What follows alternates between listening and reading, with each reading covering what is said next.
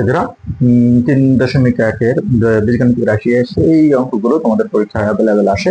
মূলত পরীক্ষায় এই ধরনের অঙ্কগুলো দেওয়া হয় একটু কমপ্লেক্স ভাবে। তো তোমাদের যদি ভালো প্র্যাকটিস থাকে তুমি পারবে ডেফিনেটলি। যেহেতু অল্প সময় করতে হয়, তাহলে এখানে দেখো উদ্দীপক দেওয়া আছে। উদ্দীপক কি বলছে? বলছে যে a²-2√6=5। তো যেহেতু আমাদের টাইম মানে জায়গা হতে হবে না, সেহেতু আমরা লেখার পাশাপাশি যখন হয়ে যাবে তখন একটু মুছে দেবো। তোমরা সম্ভব হলে মানে স্ক্রিনশট নিয়ে বা ধরো পজ করে তোমরা লেখা দেবো। হ্যাঁ, তাহলে এখানে দেখো তুমি কি করলা, এটা উদ্দীপক দেওয়া আছে, এটা কি লিখলাম a², আর এই ভ্যালুটা এদিকে যদি নিয়ে যাই তাহলে আমরা কি লিখতে পারি? এরকম লিখতে পারি। তো এই যে তুমি লিখলা a², এখন এই যে এটাকে ভাঙবা, এই যে পূর্ণ সংখ্যাটা থাকবে এটাকে এমন ভাবে ভাঙবা, এটাকে যেহেতু এখানে আমাদের 6 দরকার, তাহলে কি তো 6, তাহলে আমরা এটাকে লিখতে পারি √6, এটা লিখতে পারি 2। এখন মানে এই যে 5টাকে 3 এবং 2, তাহলে a², আমরা এটা লিখতে পারি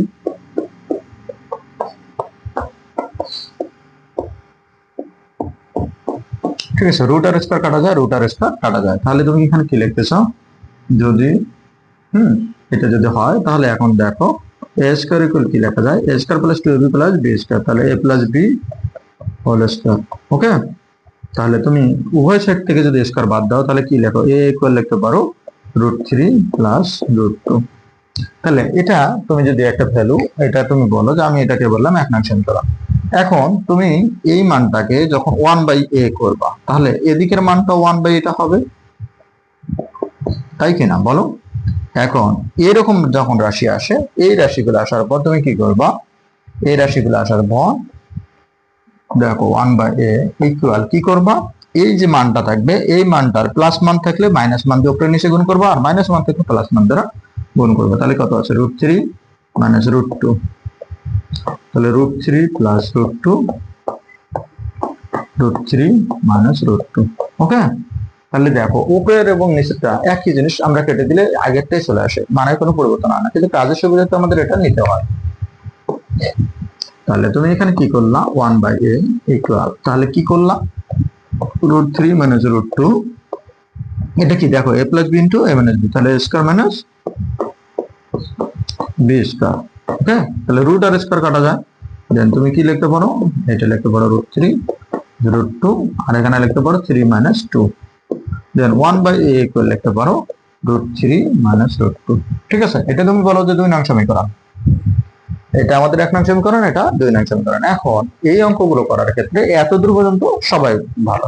এখন এটা খুবই নরমালি অ্যাভেলেবল, তোমরা করতে করতে এক্সপেরিয়েন্স হয়ে গেছো। এখন তুমি অঙ্কের দিকে তাকাও, এখানে কি বলছে? Minus relation. তো মাইনাস রিলেশন যেহেতু আসে, তুমি এই অঙ্কটা প্রথমে মাইনাস করে নাও, এবং পরে আরেকটা রিলেশন আছে এখানে দেখো, এটা প্লাস রিলেশন। তো তুমি যদি প্লাসও করো অঙ্কটা হবে, কিন্তু এটাতে মাইনাস ডেফিনেটলি বসাতে হবে, এটা প্লাস তো দরকার নেই। তুমি মাইনাস মান দিয়ে কিভাবে করা যায় দেখো, এখানে a⁴ এই রিলেশনটাকে যদি তুমি এরকম চিন্তা করো অঙ্কটা করার আগে, যে a⁴ + 1 a², তাহলে এটা দিয়ে এটা যদি কাটে তাহলে কি? a² + 1/a²। তো এই যে a² মানে a² + b² এর সূত্র আছে কাটাতে, এটা একটা হলো প্লাস মান দ্বারা, একটা হলো মাইনাস মান দ্বারা, এই দুটোই বেশি ইউজ হয়। তো যেহেতু আমরা একটা মাইনাস মান পেয়েছি, সো আমরা আর এটা প্লাস মান বাইর করবো না। ওকে, এখন তুমি যেটা করলা, তাহলে এইটুকু পর্যন্ত তুমি নোট করে নাও। পরের অংশটা দেখো।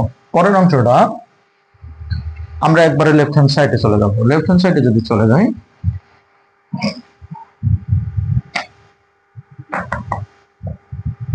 কি বলা হয়েছে? a6 - 1/a3 √2 a⁴ + 1/a², এটা তোমার বলা হয়েছে লেফট হ্যান্ড সাইড। ওকে, তাহলে দেখো এই a³ এর নিচে আছে, এর নিচে আছে, আমরা যদি নরমালি এটা ভাগ আকারে দিই তাহলে আমরা এটা কি লিখতে পারি? a3, আর এটাকে লিখতে পারি a3, লেখা যায়। আবার এটা হলো সূচকের নিয়ম অনুযায়ী, এটা দেখো নরমালি যদি তুমি চিন্তা করো যে উপরে 6টা আছে নিচে 3টা আছে, কাটাকাটি করলে 3টা থাকে। ঠিক আছে, সেম এখানে √2 থাকলো, আর এখানে তাহলে যদি তুমি কাটাকাটি তো এখানে আশা করি তোমরা এই লাইন থেকে এই লাইন ক্লিয়ার হয়েছে। যদি না বুঝো তাহলে এটা একটু সূচকের ব্যাপারটা দেখবা, মানে এখানে আছে 4টা, 2টা দিয়ে যদি ভাগ করো তাহলে 2টা থাকে, আর এটা যদি এর নিচে ভাগ আছে তাহলে ভাগ আকারে বসানো হয়েছে। এখন আমরা a³ - b³ এর সূত্র জানি। a³ - b³ এর এখানে যেহেতু আমরা মানগুলো তোমার ইয়ার ভ্যালুগুলো বসাবো, অনুসিদ্ধান্তের সূত্রগুলো বসাবো, তাহলে অনুসিদ্ধান্তের সূত্রগুলো আমরা এখানে কি বলতে পারি? আমাদের a - b a minus B whole cube minus 3, minus তো হবে না, এখানে হবে plus, plus 3ab into a minus B. ঠিক আছে, এটা হলো আমাদের এই যে যতটুকু আছে এটার ভ্যালু। তো এই যে মাইনাস চিহ্নটা, এখন এই মাইনাস চিহ্নটা দাও, √2 দাও, আর এই যে এটার ভ্যালু আমরা কি জানি, এটা সূত্রটা আমরা পাই এরকম a প্লাস 1/a, এখানে যেহেতু আমরা মাইনাসের ভ্যালু পাইছি a minus B whole square plus 2ab।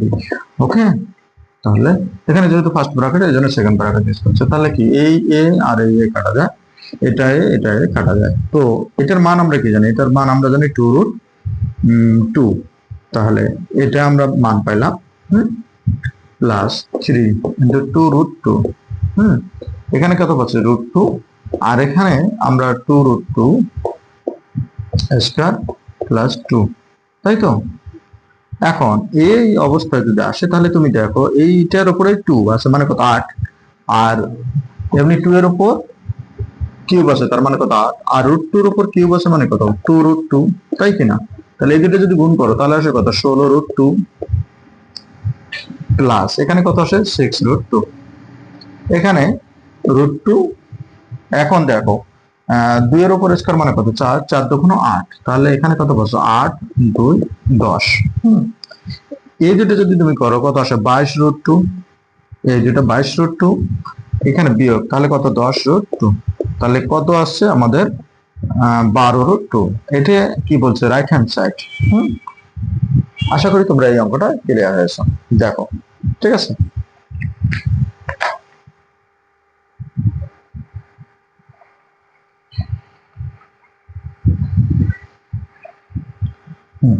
এখন পরের অঙ্কটা দেখো। পরের অঙ্কটা তোমরা অনেক করছো, তারপরও এখানে যখন এরকম একটা রিলেশন দেওয়া থাকে জিনিসে তখন একটু ঝামেলা হয়ে যায়।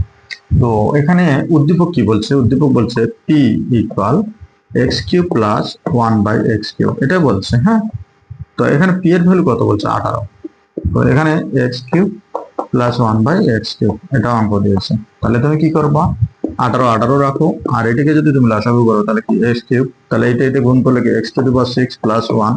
এখন তুমি আড়াআড়ি গুণ করে দাও, তাহলে কি লিখতেছো x6 প্লাস 1 ইকুয়াল 18 এটা যদি করো তাহলে এখন এই যে x6 প্লাস 1 মাইনাস কি করলো 18√x³ ইকুয়াল 0, মানে সাইড চেঞ্জ করলা। হ্যাঁ, তাহলে যদি সাইড চেঞ্জ করো তাহলে এই জায়গাটা তুমি কি করলা, তুমি বললা যে এটাকে আমি বললাম এরকম ভাবে a স্কয়ার মাইনাস 2ab, তাহলে এটা মিল করার জন্য কত দরকার 9। এখন দেখো এটা হলো এটা হলো এটা, কিন্তু এই 9 তো ছিল না, তাহলে তুমি কি করবা 9টাকে স্কয়ার বানাইলা।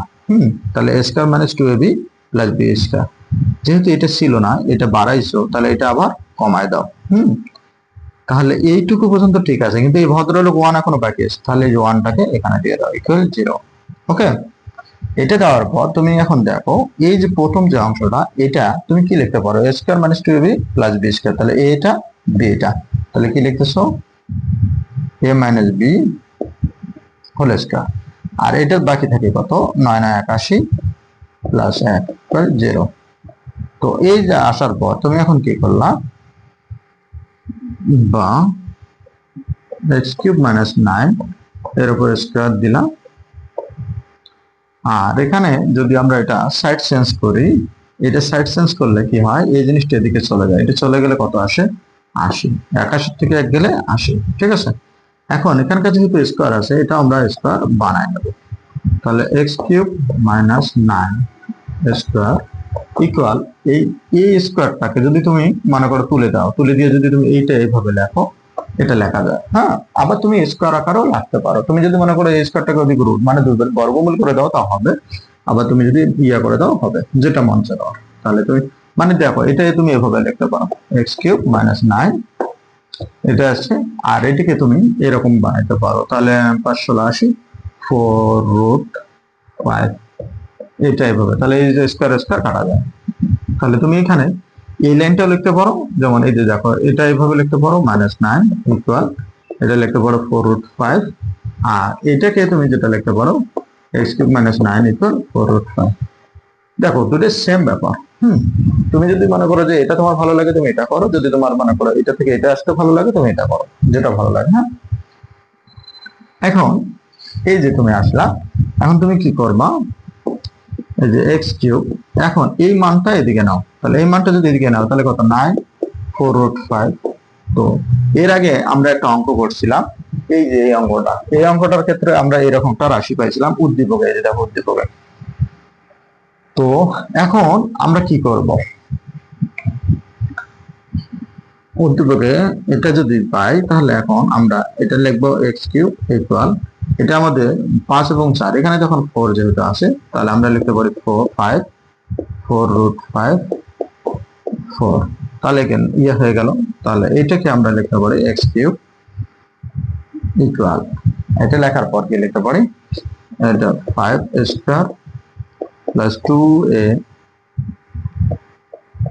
b plus b square. Okay, এখন এটা করার পর তুমি কি লিখতেছো, এক্স কিউব ইকুয়াল, এটা লিখতেছো √5 প্লাস 2, এর উপর লিখলা s।